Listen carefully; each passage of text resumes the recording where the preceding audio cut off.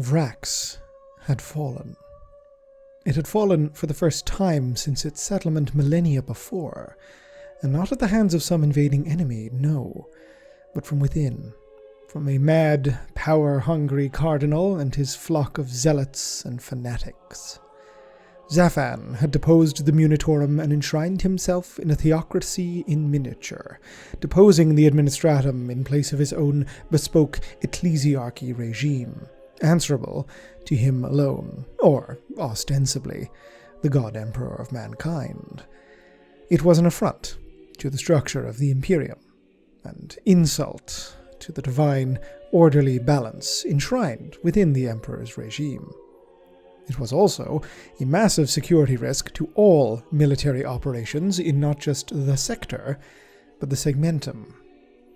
It may then come as a surprise, or perhaps will not, that the Departmentum Unitorum moved slowly upon the news.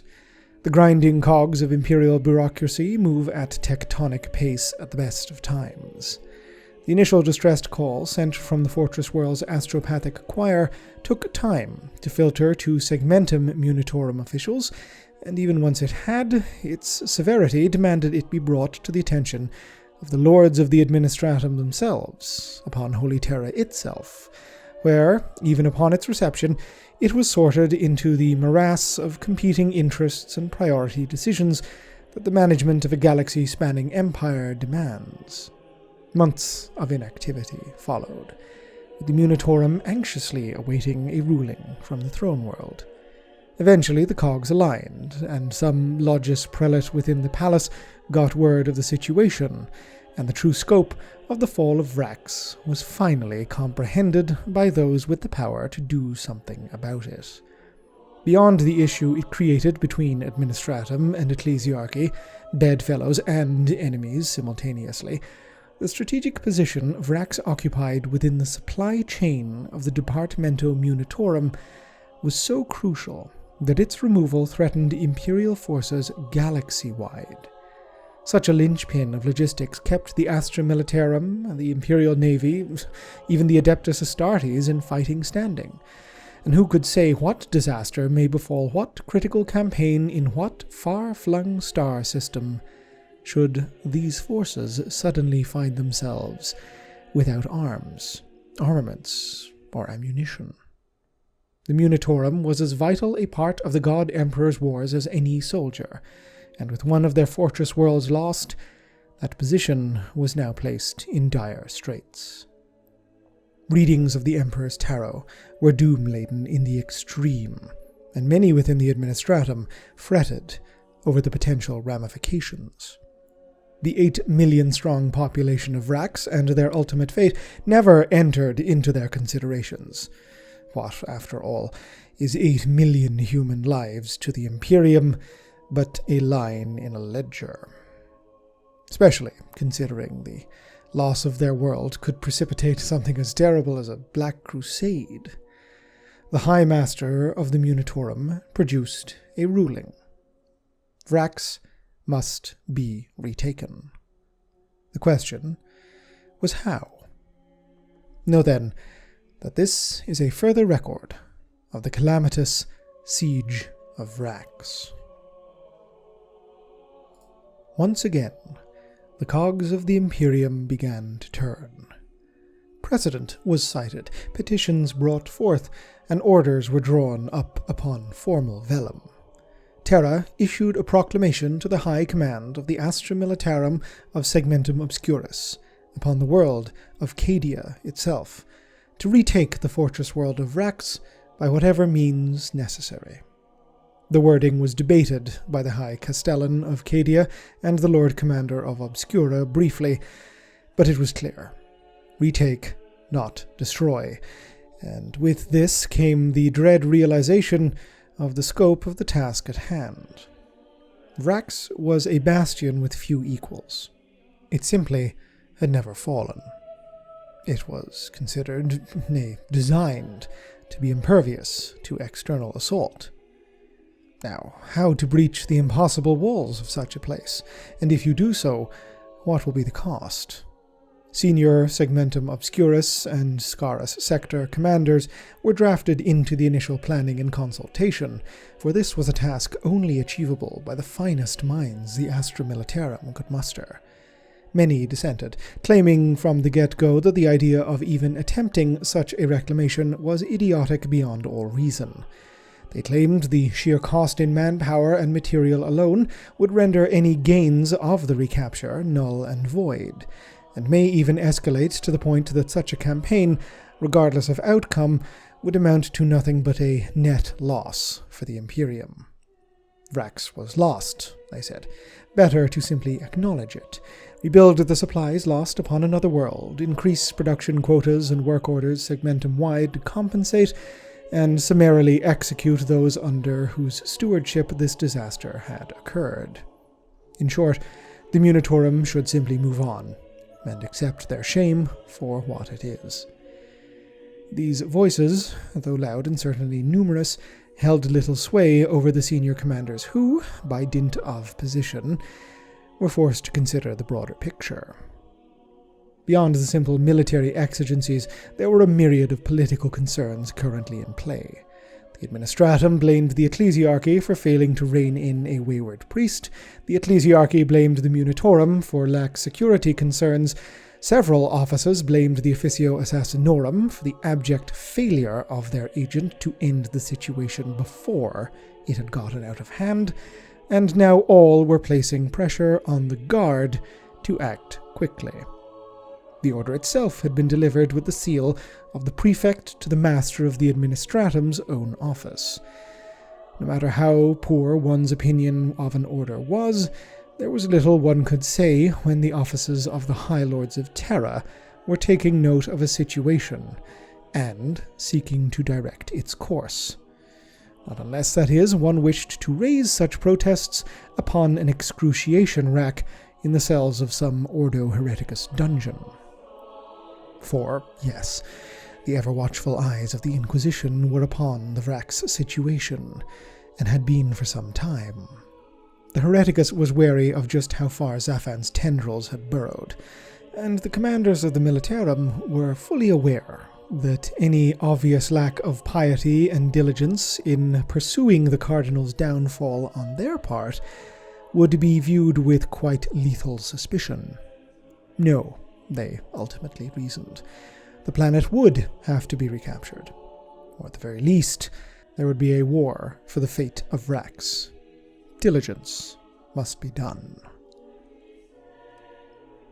The first and most broadly agreed upon idea for such a campaign was one that, unsurprisingly, did not place the lion's share of the burden upon the Guard. The strike force assembled rapidly, with intent to strike even quicker. Imperial Navy squadrons would spearhead the move, followed by an invasion in force of the Adeptus Astartes. Not to be trite, but this is what can be considered a typical opening salvo in logistical planning by Segmentum command staff. When in doubt, annihilate the enemy with the Marines, should they be available. Messengers could indeed be hurriedly dispatched to relevant chapters, and interdiction squadrons assembled from battlefleets Cadia and Scarus. The plan did not, unfortunately, survive contact with the reality that was the Divisia Tactica assessment of Vrax's defensive capabilities. Most within Segmentum Command knew of the world by reputation, it is true, but when presented with the actual dossier, blanched at the information before them.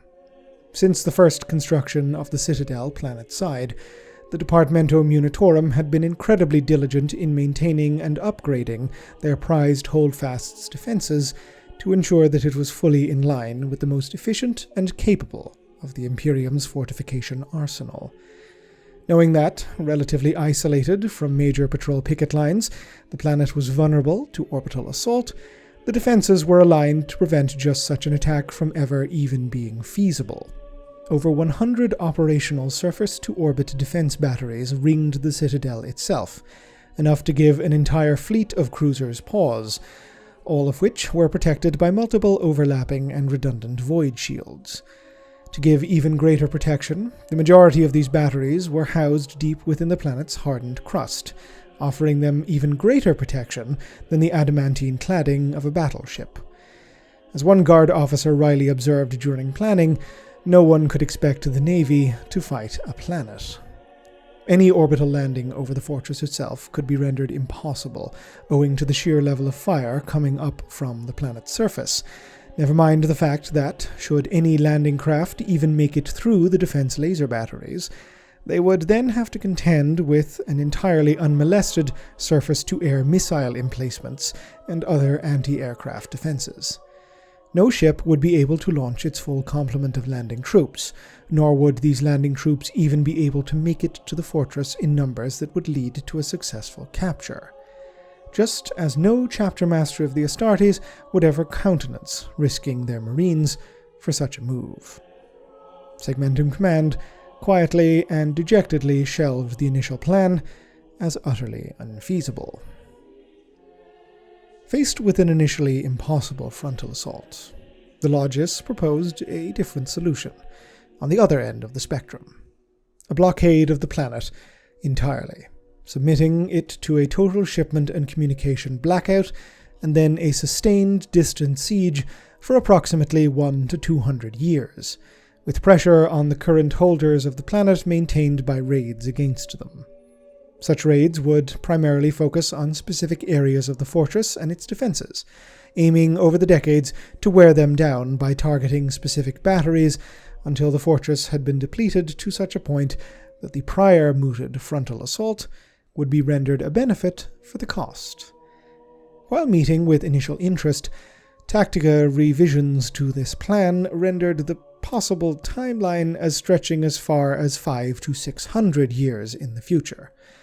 Whatever the patience of the Militarum, even if none who enacted the plan would live long enough to see it delivered, it was determined that this was far too much in the opposite direction, and that the Militarum would reject it out of hand, unwilling as they presumably would be to wait a full half a millennium to have their armory delivered back to them. A third option was proposed, deemed by the Logis a reasonable medium between the two polarities. A full-scale siege, with an initial invasion force capable of sustaining such for years, with logistical chains put in place to ensure sustainable reinforcement for the years subsequent. It would be a war of attrition unlike any the Imperium had seen in centuries, a grinding, relentless application of force with the defenders of Vrax to be worn down into dust. It was also something the Imperium was uniquely capable of, and a facet of our empire's breathtaking cruelty. If casualty rates were considered to be 2 or 3 to 1 in favor of the besieged, well, the Imperium would only need 2 or 3 times as many bodies.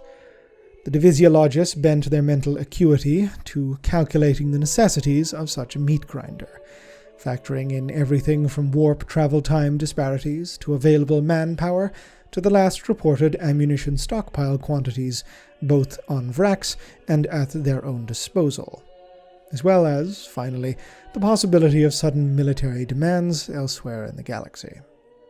Ultimately, it was determined that under generally agreed-upon circumstances, the operation would take 12 standard Terran years and deliver an Imperial victory.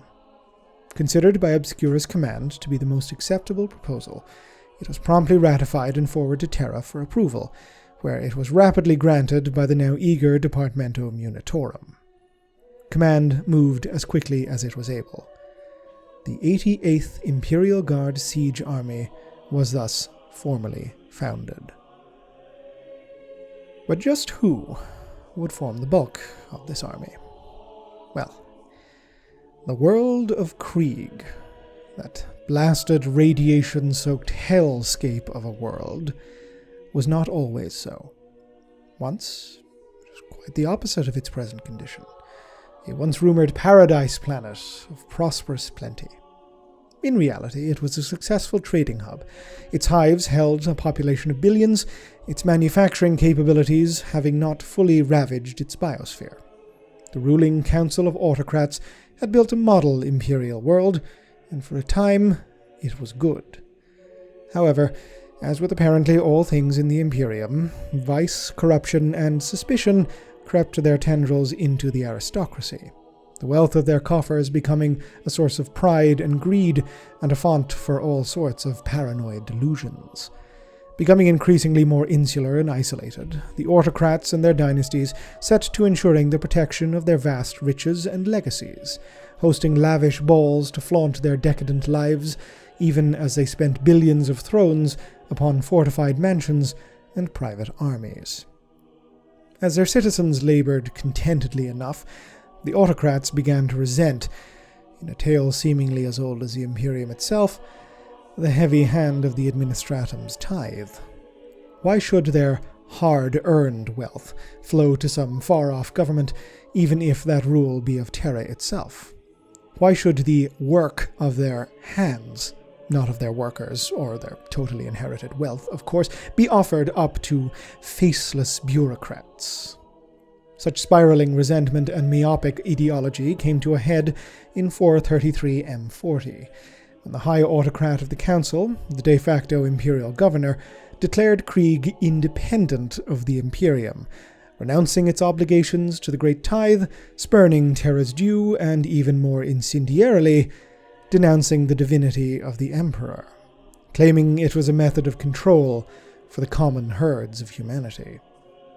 The world immediately devolved into civil war, with the high autocrats' rebels seizing the majority of the planet's population centers with private household armies.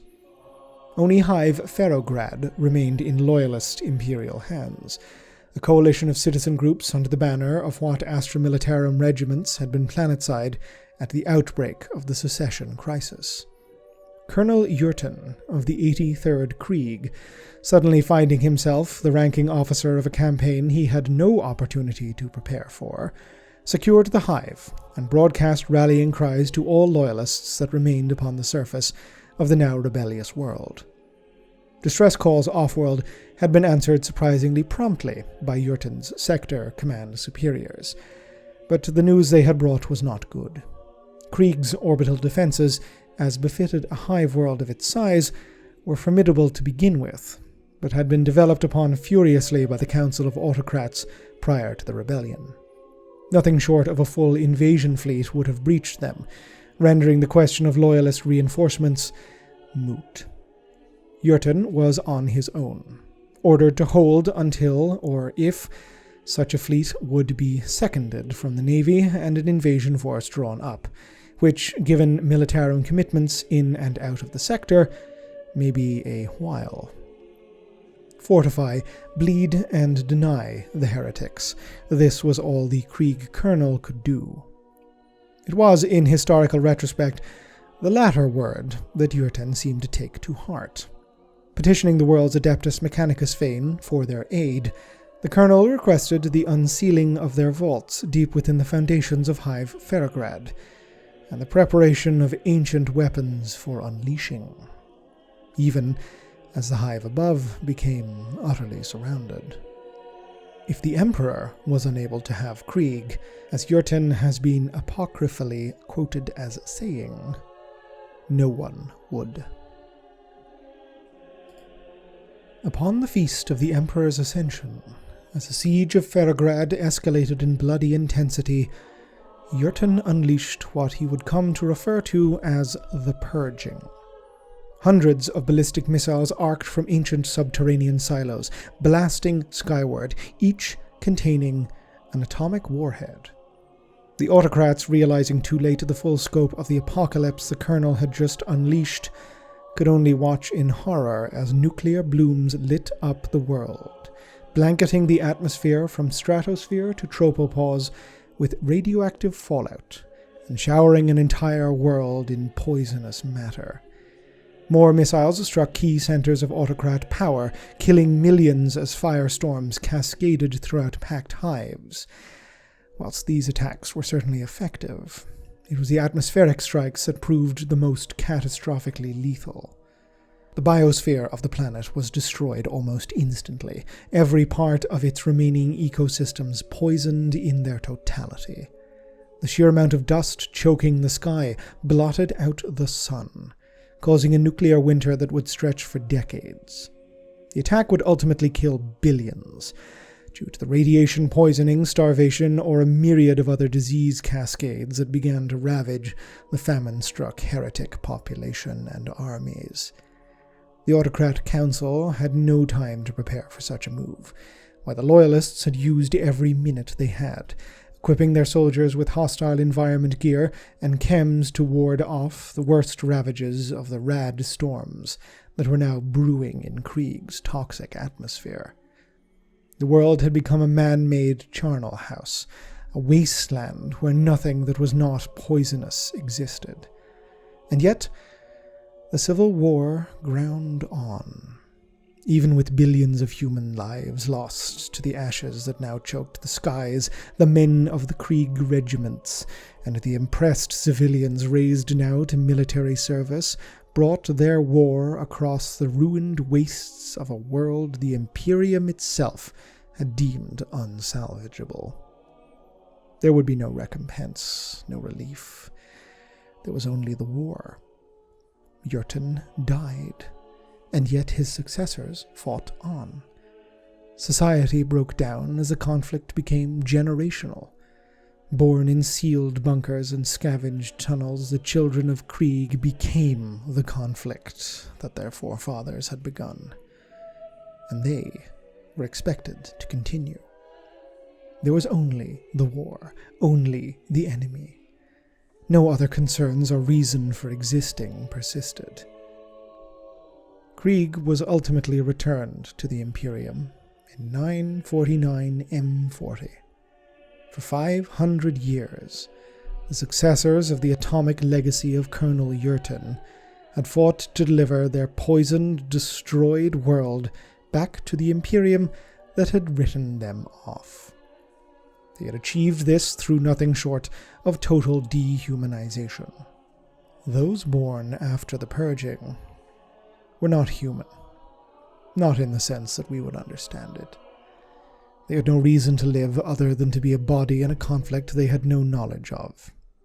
They were meat bred for a meat grinder, the ultimate purpose of which was to deliver an end state that was no longer even required of them. The Imperium, never one to look a gifted equine in the mandibles, realized that, despite losing an economically prosperous world, Krieg yet had one resource it could dependably produce: bodies. Better still for the Sensucrats of the Administratum and the Militarum, the society, if it can even be called such, of Krieg had metastasized into one of singular vision through fanatical loyalty to the Emperor. The Krieg seemed now to truly believe, as one, that their sole purpose in their short existences was to fight and ultimately die in whatever manner the Emperor, through his earthly representatives, decreed they would.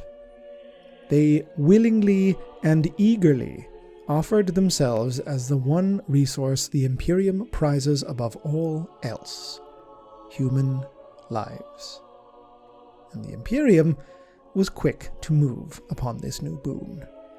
Krieg's tithe, impossible in its delivery owing to the lack of anything even approximating a livable ecosystem, would now forevermore be paid in the bodies of its citizens, and the name of the regiments that had prosecuted the Great War for the planet would now be borne by the Astra Militarum forces raised there. The Death Korps of Krieg. The 88th Siege Army, that was destined for Vrax, was to be made up entirely of regiments drawn from the Death Korps. The siege would be long, arduous beyond human reason, and present challenges few baseline humans could possibly overcome. Indoctrinated, dehumanized, and fanatical to a literal fault, the Krieg were the perfect soldiers for the Militarum's upcoming campaign. Much has been said by command of their moral character and noble ideals of self-sacrifice, pithy pleasantries to disguise the true reality. The Krieg were desensitized from birth to the horrors they were going to be sent into. Their ability to withstand the psychological torture of the warfare their regiments specialized in was a product of their childhoods, if they can even be called that, a product of the culture that was their unshakable dedication to the Emperor. The Siege of Rax would be an unremitting attritional grind a decade or more in the prosecution. The Militarum needed a force whose service people would not balk if they lost every single comrade they had ever known. Many an instance of regiments breaking under such stressors existed in the annals of Guard history, because Guardsmen, Guardswomen, Guardspeople are uniquely human. The Krieg simply never were. Beyond their psychological resilience, if such a word is even applicable here, their regiments had developed a notable specialization in attritional trench warfare, complete with training drills, strategic experience, specialized equipment, all the things necessary for that especially hellish form of conflict. It is a trope oft common when discussing the Militarum that it cares not for the lives of those under its command. That thousands of guardspeople are thrown into the fires of battle by uncaring generals far from the front lines. This is not as often the case as the omnipresent nature of the idea would suggest, but it is prevalent, and in the case of the Siege of Rax, one can find no better example. The employment of the Krieg rendered the forward planning of the campaign, as too readily is imperial preference, simplistic in the coldest and most inhuman capacity. The Death Korps lives were now a mere line item for tacticologists' calculations. Whereas other regiments would scream bloody murder at such casual disregard for the humanity of their service people, the Krieg would not. They could be counted upon that. They were an expendable cell upon a calculation sheet, to be spent as readily as ammunition, fuel, or rations. The mathematics simply spun out from there. How many lives were required to capture and then hold a certain area of ground? How did this extrapolate outwards?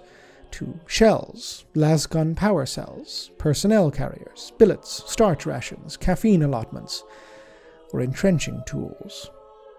This was warfare at its most monstrously impersonal. There was no need to account for humanity in any factor of its preparation. Lives were as replicable as gas masks. One need only have a robust supply chain, and by mathematical certainty, Vrax would be delivered into the Emperor's realm once more. Overall operational command of the 88th Siege Army was ultimately, after a short but fierce period of politicking amongst Segmentum High Command, granted to one Lord Commander Zwelk, a scion of a notable aristocratic dynasty whose authority extended, in both soft and hard capacities, across both Navy and Militarum. Zwelk was nobody's first choice, but nobody's last. Not quite objectionable, it could not be denied by any party that his appointment was born not of ability but connections. His great-grandfather had, after all, served as an attaché to the staff of the Lord Commander Solar on Holy Terra during that particular High Lord's tenure on the High 12, and his social standing was impeccable. Qualifications beyond that were scant, to say the least. Aside from the martial bent of his education in childhood, and a notable post-scholem instructions on the tenets of imperial tactica, he had nothing in the way of actual combat or command experience. High Command ultimately reasoned that the pedigree of his breeding would placate a restive terror, unhappy with the delays already present, not to mention the potential visibility his appointment could place upon the upcoming war. Additionally, as the siege was appearing by all logist calculations to be a mathematical certainty, Zwelk was considered a safe bet, someone who was sound in his theory and lacked the bullish or bellicose personality that may lead to flights of fancy, or divergence from the strategic planning that was already assuring an imperial triumph. In order to ensure the latter, his command staff was to be several times the normal size, ostensibly to provide robust and redundant logistical support, but also no doubt to prevent the newly minted Lord Commander from pursuing any tactical inspiration of his own. The Siege of Rax was to be in many ways a study in the mechanics of the Imperium itself. It certainly, in all its aspects, at this point in history, is a deeply imperial war. Its soldiery was made up of fanatics that could barely be considered human, more akin to meat-based automata, but even less valued. Its planning was directly predicated around spending the lives of its participants as easily as coin, in a strategic middle ground between unacceptably costly bloodbath and unacceptably slow besiegement.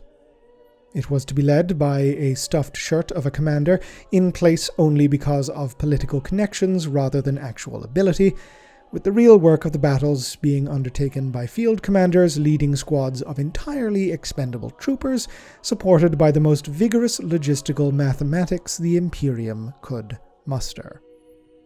It was, ultimately, all about the numbers. The Imperium's numbers has ever been its greatest asset, and by their proper application, a foe would be overcome, and the Emperor's justice delivered. Or at least, that was the plan. Ave Imperator. Gloria in excelsis terra. This video and this channel were made possible thanks to the very kind donations and support from my Patreon subscribers. If you'd like to help support the channel, head on over to patreon.com/OculusImperia. If you'd like to receive more updates about the channel and any future videos, you can contact me or follow me on Twitter @OculusImperia. Otherwise, please like, subscribe, comment, let me know your feedback, and as ever, thank you very much for watching.